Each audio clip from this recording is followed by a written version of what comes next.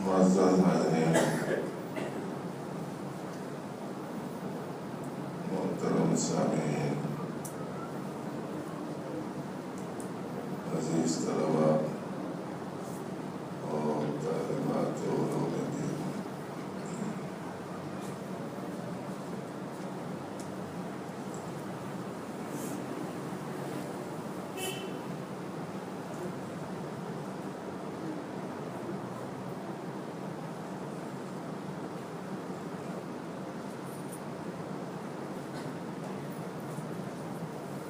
آپ کو یہ حدیث یاد ہوگی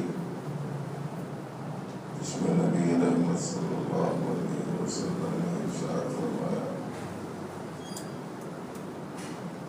کہ باقی ایمان کا حصہ ہے، باقی آدھا ایمان ہے۔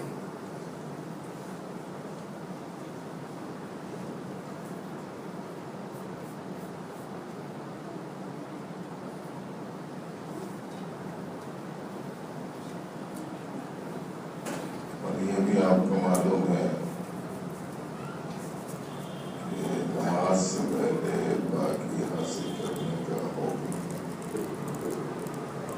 اذا قمتم الى الصلاة فاغسلوا وجوهكم وأيديكم إلى المرافق۔ تو نماز کے لیے کھڑے ہو کر کے ارادہ کرو تو وضو کرو۔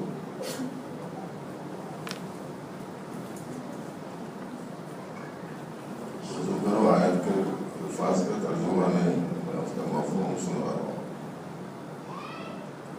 اپنے چہرے دھو، اپنے ہاتھ دھو، اپنے سر کا مسح کرو، اپنے پاؤں کو دھو، یہ ہو۔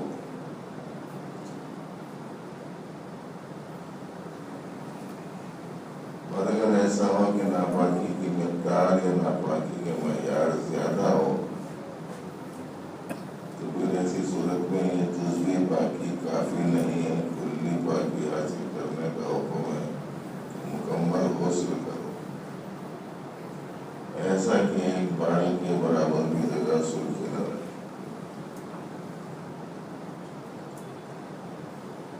اس حدیث کو ہم لوگوں نے اب تک جس پس منظر میں سمجھا ہو، لیکن آج میں ایک اور چیز کی طرف آپ کی توجہ کو مبذول کرانا چاہتا ہوں کہ سب سے پہلے گندگی کے دور کرنے کا حکم ہے۔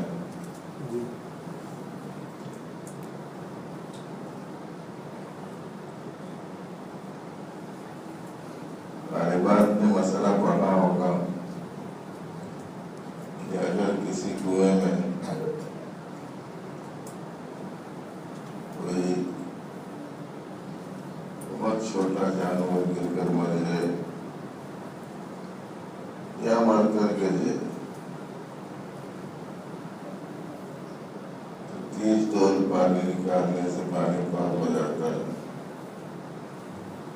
ذرا اس سے بڑا کوئی جانور اس میں گر جائے، مر جائے، 60 ڈول نکال دینا چاہیے۔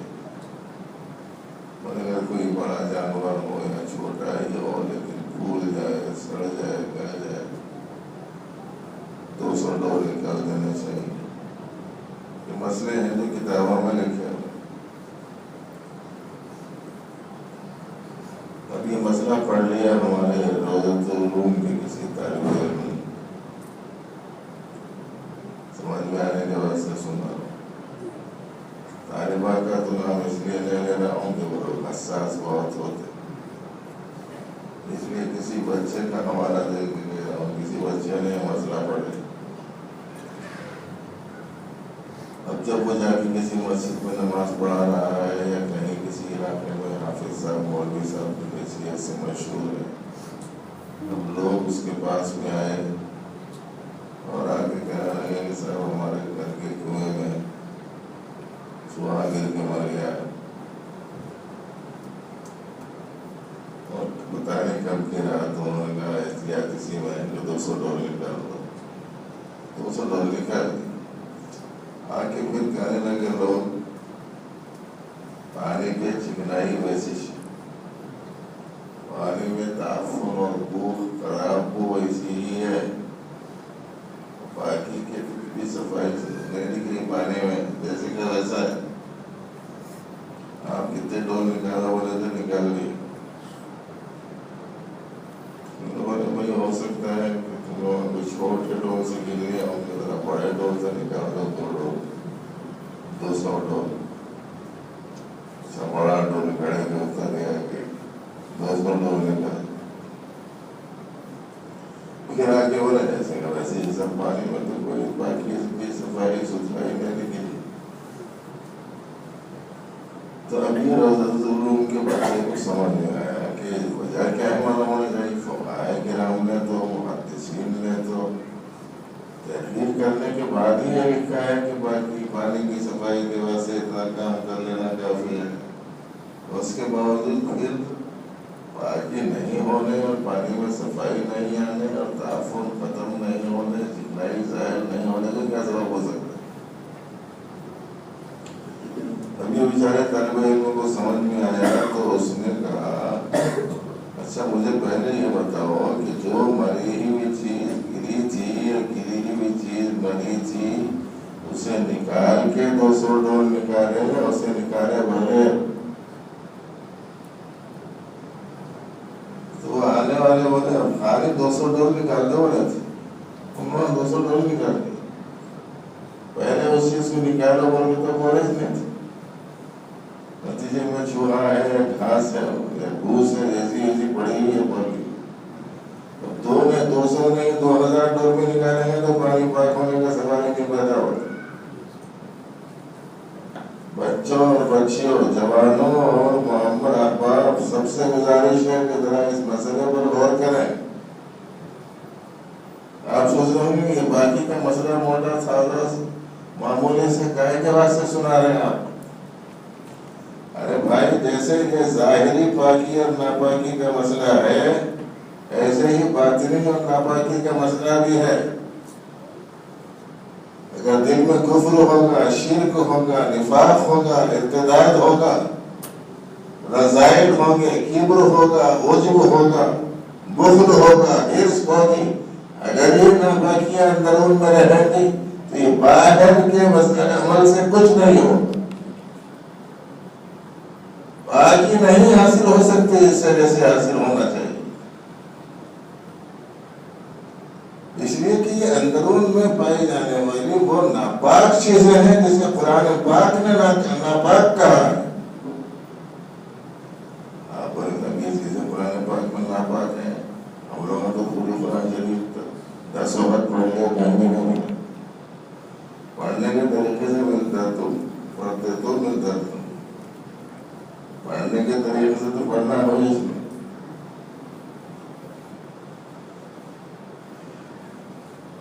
قرآن شریف میں نبی رحمت صلی اللہ علیہ وسلم کے بارے میں ارشاد فرمایا جتنی پاک چیزیں ہیں نبی علیہ السلام ان کو حلال بتلاتے ہیں،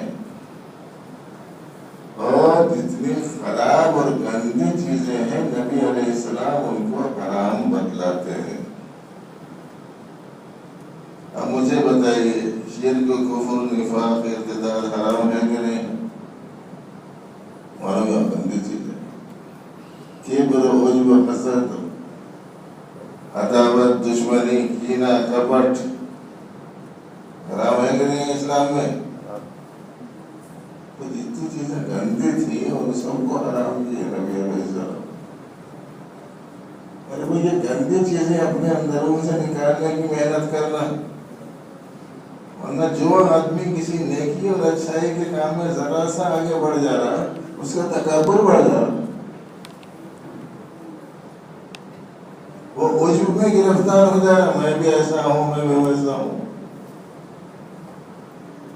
اللہ تعالیٰ نے اس سے کوئی کام لیا تو اس نے اس کی نسبت اپنی طرف کر لی، نتیجے میں عجب میں گرفتار ہو گیا، تکبر میں گرفتار ہو گیا. اور اکثریت وہ ہے جو حسد میں گرفتار ہو جائے گی. کسی آدمی کی اچھی حالت کو برداشت نہیں کرنا دوسرا، کسی کی ترقی کو گوارا نہیں کرتا، کسی کے کام بن جانے پر ناراض ہو جاتا ہے کہ میرا نہیں بنا، اس کا کیسا بنا. کسی کی دکان کی بڑھ جانے پر برداشت نہیں ہوتا اسے کہ میری دکان جا کیوں آئی ہے، اس کی کیسا بڑھ گئی.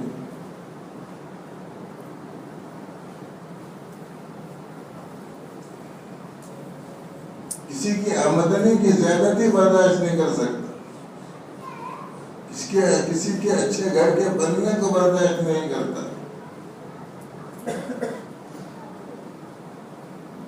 کسی کی بچیوں کے اٹھ جانے کو برداشت نہیں کرتا، کسی کے بچوں کے روزگار سے لگ جانے کو برداشت نہیں کرتا. حسد کی ایک عجیب و غریب قسم کی دنیا ہے، اور آپ کو معلوم ہے کہ حسد کتنی بڑی، کتنی بری، کتنی خطرناک اور کتنی زہریلی چیز ہے. آج میں آپ کو شاید وہ بات عرض کروں گا جو آپ نے اس سے پہلے نہیں سنی ہوگی، اور وہ یہ ہے کہ 1400 سال سے یہودی جو مسلمانوں کی مخالفت میں ایڑی چوٹی کا زور لگا رہے اور 200 سال سے مستقل منصوبے میں لگے ہوئے ہیں نبی رحمت صلی اللہ علیہ وسلم سے نسبت رکھنے والی امت مسلمہ کو تکلیفوں میں مبتلا رکھنے کی، یہ پورے 1400 سال کے دشمنی کے پیچھے جو بیماری اور جرثومہ ہے یا جو وائرس ہے وہ حسد کا وائرس.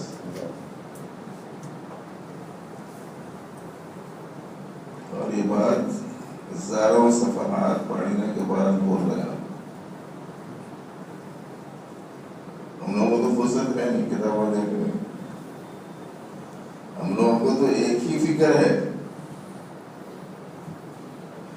42 بار پیٹ بھرنے کی اور ذائقہ بھر مزے لوٹنے کی اور عیش اور آرام کے خواہش کے مطابق سامان کے فراہم کرنے کی، شاندار گھر، عمدہ سواری، بس یہ ضرورت کے بقدر تو روٹی، کپڑا، مکان، سواری یہ ضرورت کی ہے، کوئی حرج نہیں ہے اس میں.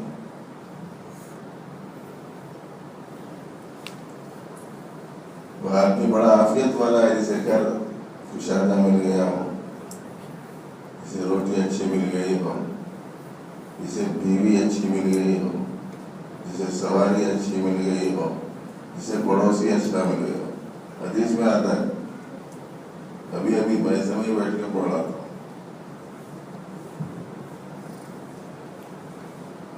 ایک رسالہ آتا مولانا ندائے شاہی کے نام سے، اس میں لکھا ہوا تھا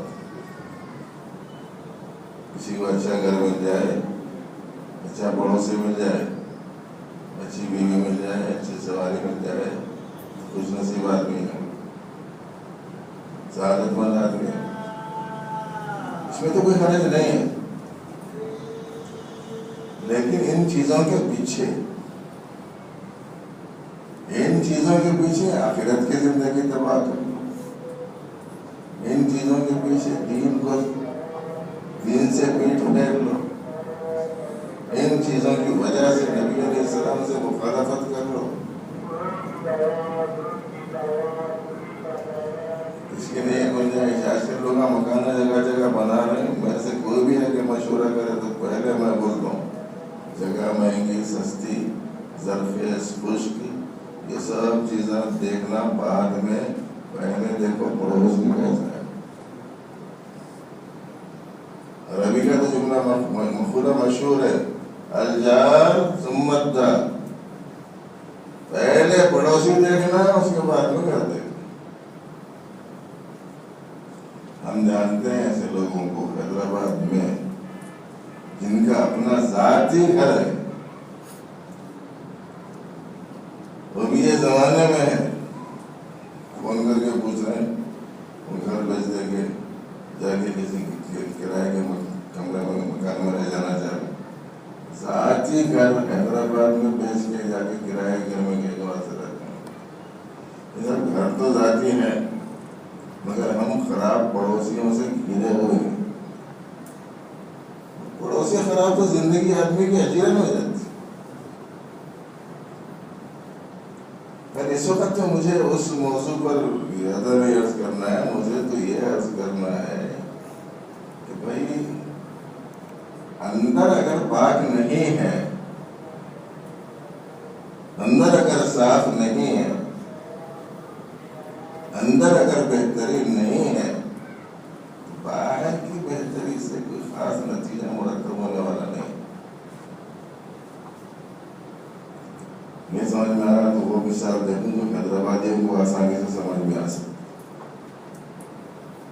حیدرآبادیوں کو کسی چیز سمجھ میں آتی, کوئی چیز سامنے آئی اور ظاہر کردار رہی اور اچھی رہی اور معیاری رہی اور اچھے کھائے جانا, یہ چیز مجھے نہیں سمجھ میں آتا.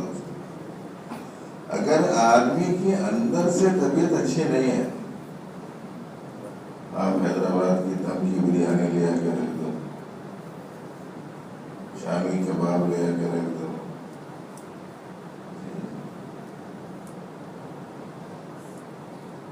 سعودیہ کی منڈی لے آ کے رکھ دو, گلبرگے کی مامو پوری لے آ کے رکھ دو, بیدر کی مخصوص مٹھائی ملتی ہے وہ لے آ کے رکھ دو, امراوتی کی جلیبی لے کے آ جاؤ, مہاراشٹر کا آبو سام لے کے آ جاؤ, مشہور سے مشہور ڈش لا کے سامنے رکھ دو. دیکھو بھائی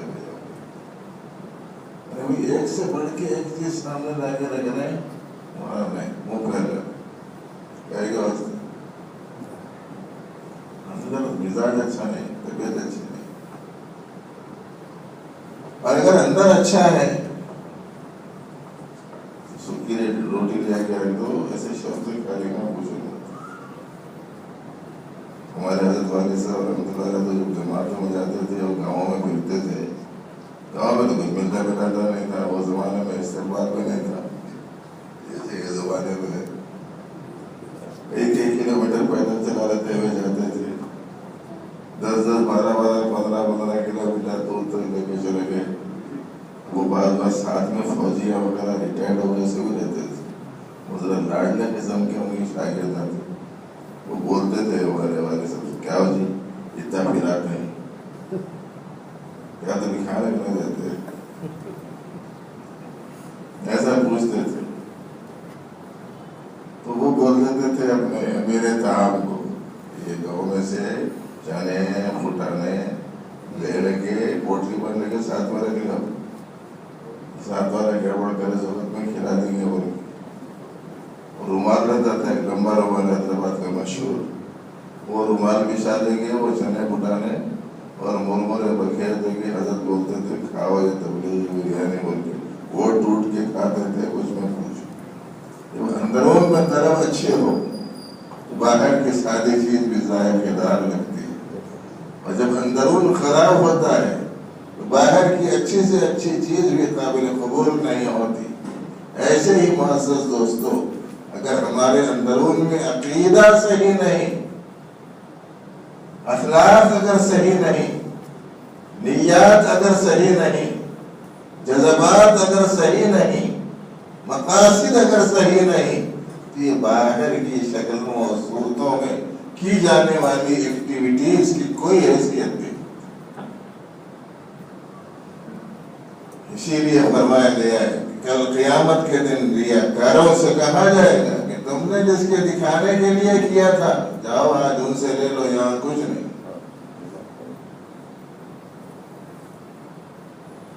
حالانکہ ان کا ظاہر کا عمل بہت بڑا ہو. کسی نے تعلیم پھیلائی ہوگی، کسی نے چاند میدان کارزار میں دی ہوگی، اور کسی نے لوگوں کی مدد کی ہوگی، لیکن کام نہیں آیا جب تک. کیوں؟ اندرون صحیح نہیں.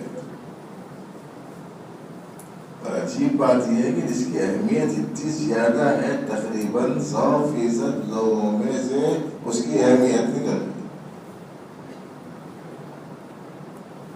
کوئی بھی آج اپنے دل کی اصلاح کے لیے، اپنے باطن کی درستی کے لیے اور اپنے اندرون میں پائے جانے والے برے صفات کو دور کرنے کے لیے اور اچھی صفات سے اپنے آپ کو آراستہ کرنے کے لیے کسی نے بھی موضوع محنت نہیں بنایا الا ماشاء. موضوع یہ نہیں ہے آج ہمارے پاس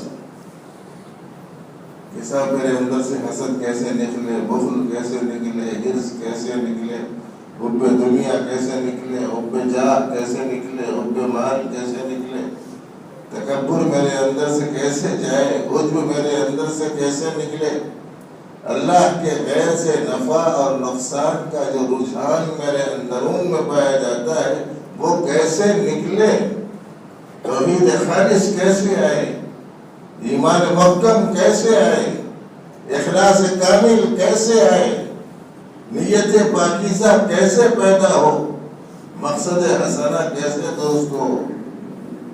اس کی طرف کوئی توجہ ہی نہیں ہے. اور کوئی توجہ دلایا تو سنا ہے بعض وہ نہیں، ہمارا کام نہیں ہے. عجیب و غریب قسم کی بات ہے، جہالت کی انتہا. قرآن و سنت سے دوری کا یہ عالم ہے اس وقت میں کہ اصل کام اصل نہیں رہا، اور جو کام اصل نہیں تھا اسی کو اصل بنا. ابھی ہمارا ایک سفر ہوا تھا ایک دوسرے ملک، وہاں کوئی دینی مدارس ہیں.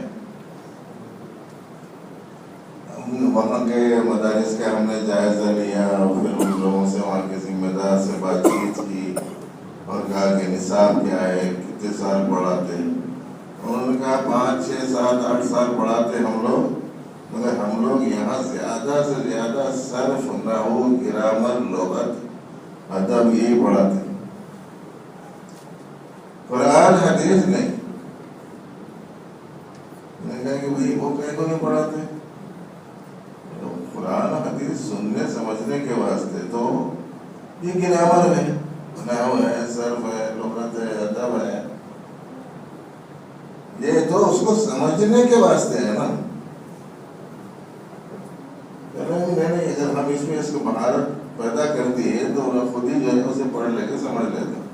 اس وجہ سے ہم لوگ اس پر ہی محنت کر کے یہاں سے نکال دیتے، گرامر کا ماہر بنا کے اسے نکال دے رہے. ہم نے کہا کہ وہ 6 7 سال تک رہتا آپ کے پاس میں قرآن حدیث نہیں پڑھتے. بڑے تعجب کی بات ہے. انہوں نے کہا نہیں، ہم لوگ اسی پر زیادہ زور دیتے ہیں. اور شاید ان لوگوں کے کہنے کا جو بنیادی مقصد رہا ہو وہ یہ رہا ہو کہ وہاں مذہبی تعلیم پر ذرا پابندی تھی، لغت پر پابندی نہیں تھی، لینگویج پر پابندی نہیں تھی. شاید اسی لیے اس کے اوپر محنت زیادہ کرتے ہوں گے. مگر میں نے محتمم صاحب سے عرض کیا ہوا کہ بھائی کہیں ایسا نہ ہو کہ وضو کرتے کرتے نماز کا ٹائم ختم ہو جائے. وضو کہنے کے لیے، وضو تو نماز کے لیے، گرامر کہنے کے لیے، قرآن و سنت کو سمجھنے کے لیے. اصل مقصد کی طرف سے جب دھیان ہٹ جاتا ہے تو پھر آدمی کی ساری کاوشیں بیکار ہے. تو اس لیے لیے ہمارا باہر کا حال کا درست کرنے کی جتنی فکر ہے اس سے زیادہ فکر ہر مسلمان بھائی ہر مسلمان بہن کو ہونا چاہیے کہ میرے اندرون میں اللہ سے تعلق ویسا ہو جیسے اللہ چاہتے ہیں. میرے دل کی وابستگی نبی رحمت صلی اللہ علیہ وسلم سے ویسی ہو جیسے اللہ کو پسند ہے. قرآن و سنت سے میرا ویسا شغف ہو جیسا کہ دین اسلام متقاضی ہے. اور میرے اندر اخلاق و عادات وہ ہوں جو اللہ کو پسند ہو. میرے جذبات وہ ہوں جو اللہ کو پسند ہو. میری نیت وہ ہو جو اللہ کو پسند ہو.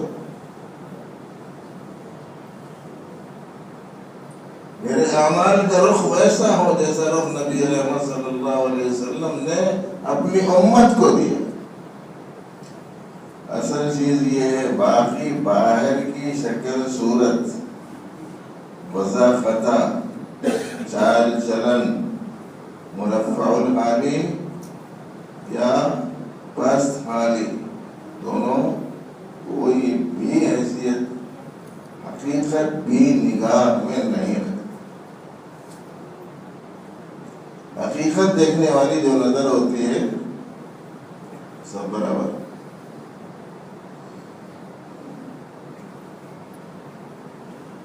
ایک نوکر وہ ہے جسے بادشاہ سلامت کی گزرنے والی بکی کے گھوڑے کی لگام پکڑنے کا کام. اور ایک نوکر وہ ہے جو پیچھے کھانے پانے کی ٹوکری سر پہ رکھ کر لانا اس کا کام ہے. دونوں میں کیا بھی فرق نہیں. دیکھنے کو نہ بادشاہ سے آگے دکھا گھوڑے کی بادشاہ کے گھوڑے کی لگام پکڑا ہوا آگے آگے چل رہا. دیکھنے کو نہ بادشاہ سے آگے دکھ رہا اور وہ سامان کی ٹوکری لے کے بالکل پیچھے پیچھے آ رہا. دیکھنے کو ایک بہت آگے ایک بہت پیچھے دکھ رہا. حقیقت میں کیا ہے دونوں کے دونوں کیا ہے نوکر ہے نا. یہ بھی نوکر ہے یہ بھی. ایسے ہی کروڑ پتی اور کروڑی پتی دونوں برابر ہیں. حقیقت بھی نہیں کہا میں برا مت سمجھنا. میں وہ بتلانا چاہ رہا ہوں. میں ایک آدمی وہ ہے جس نے 10,000 کا جوڑا پہنا اور ایک آدمی وہ ہے جس نے 200 کا جوڑا پہنا. دونوں برابر. حقیقت والی نظر میں بس حقیقت والی نظر میں ہے مسئلہ الگ ہے. آج کل آئینے کا الگ الگ قسم نہیں ہے. آئینے ایسے ہیں ہے آدمی دبلا دکھتا اتنا موٹا پوچھتا اور ایسے آئینے بھی ہیں کہ آپ سیدھے کھڑے ہوئے ہیں اس میں پورے الٹے دکھتے. پتا نہیں آپ لوگ دیکھے کہ نہیں دیکھے. ایک آدمی شکل صورت کا بہت اچھا ہے آئینے میں ایسا ڈراؤنی دکھتا ہے کہ دنیا کے بڑے سے بڑا دہشت گرد بھی اس کے مقابلے میں گرد ثابت ہے. کوئی حیثیت نہیں دکھ رہا ویسا حقیقت نہیں ہے. ویسے عالی شان بنگلے میں رہنے والا کرسی میں رہنے والا سب برابر. اصل تبدیلی اندرون کی ہے. اگر ایمان ہوگا یقین ہوگا توحید ہوگی اخلاص ہوگا تو بلال ہوگا اور مکے کے عربوں کا سردار ہوگا.